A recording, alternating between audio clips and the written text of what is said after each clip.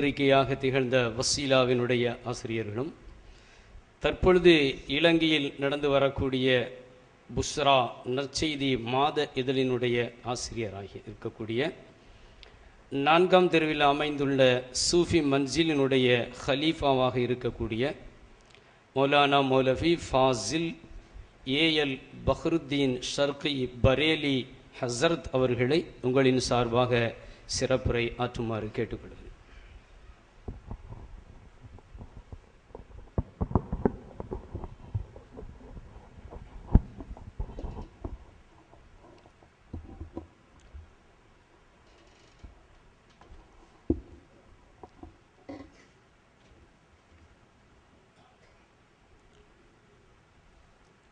அல்ஹம்துலில்லாஹி ரப்பில் ஆலமீன் வஸ்ஸலாத்து வஸ்ஸலாமு அலா சய்யிதில் முர்சலீன் வஅலா ஆலிஹி வஅஸ்ஹாபிஹி வஅஸ்வாஜிஹி வஅஹ்லி பைத்திஹி த்வய்யிபீன் அத்தாஹிரீன் அம்மா பஅத் ரப்பிஷ்ரஹ் லி சத்ரி ويسر لي أمري وحلل عقدة من لساني يفقه قولي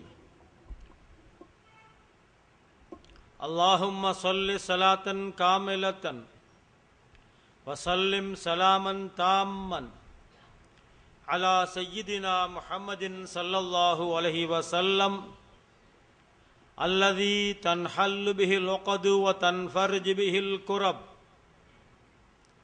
وتقضى به الحوائج وتنال به الرغائب وحسن الخواتم ويستسقى الغمام بوجهه الكريم وعلى آله وصحبه في كل لمحة ونفس بعدد كل معلوم لك.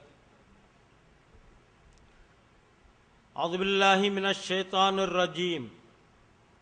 بسم الله الرحمن الرحيم. الحمد لله رب العالمين الرحمن الرحيم مالك يوم الدين إياك نعبد وإياك نستعين اهدنا الصراط المستقيم صراط الذين أنعمت عليهم غير المغضوب عليهم ولا الضالين آمين. கண்ணியத்துக்கும் மரியாதைக்கும் உரிய தமிழ்நாடு சென்னை மாநகரின்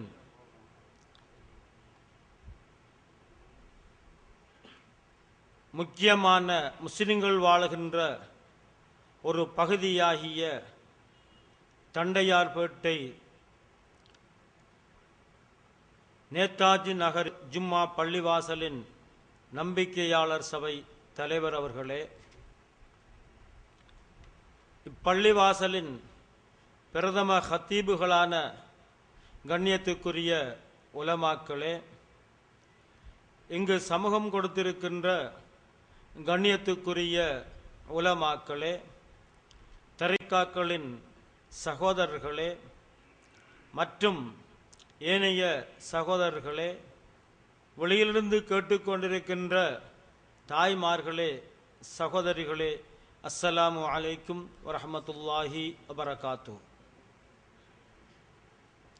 1906ஆம் ஆண்டு தமிழகத்தின் ஒரு கோடியில் இருக்கின்ற கன்னியாகுமரி மாவட்ட கோட்டார் என்ற ஊரில் சரித்திர முக்கியத்துவம் வாய்ந்த ஒரு நிகழ்வு நடந்திருந்ததை இப்பொழுது சிலர் அறியாமல் இருக்கலாம், அப்பொழுது பலர் தெரிந்திருந்தார்கள். ஒரு தற்செயலாக அந்த ஊருக்கு நான் சென்றபோது என்னை ஏற்கனவே அறிந்திருந்த சிலர்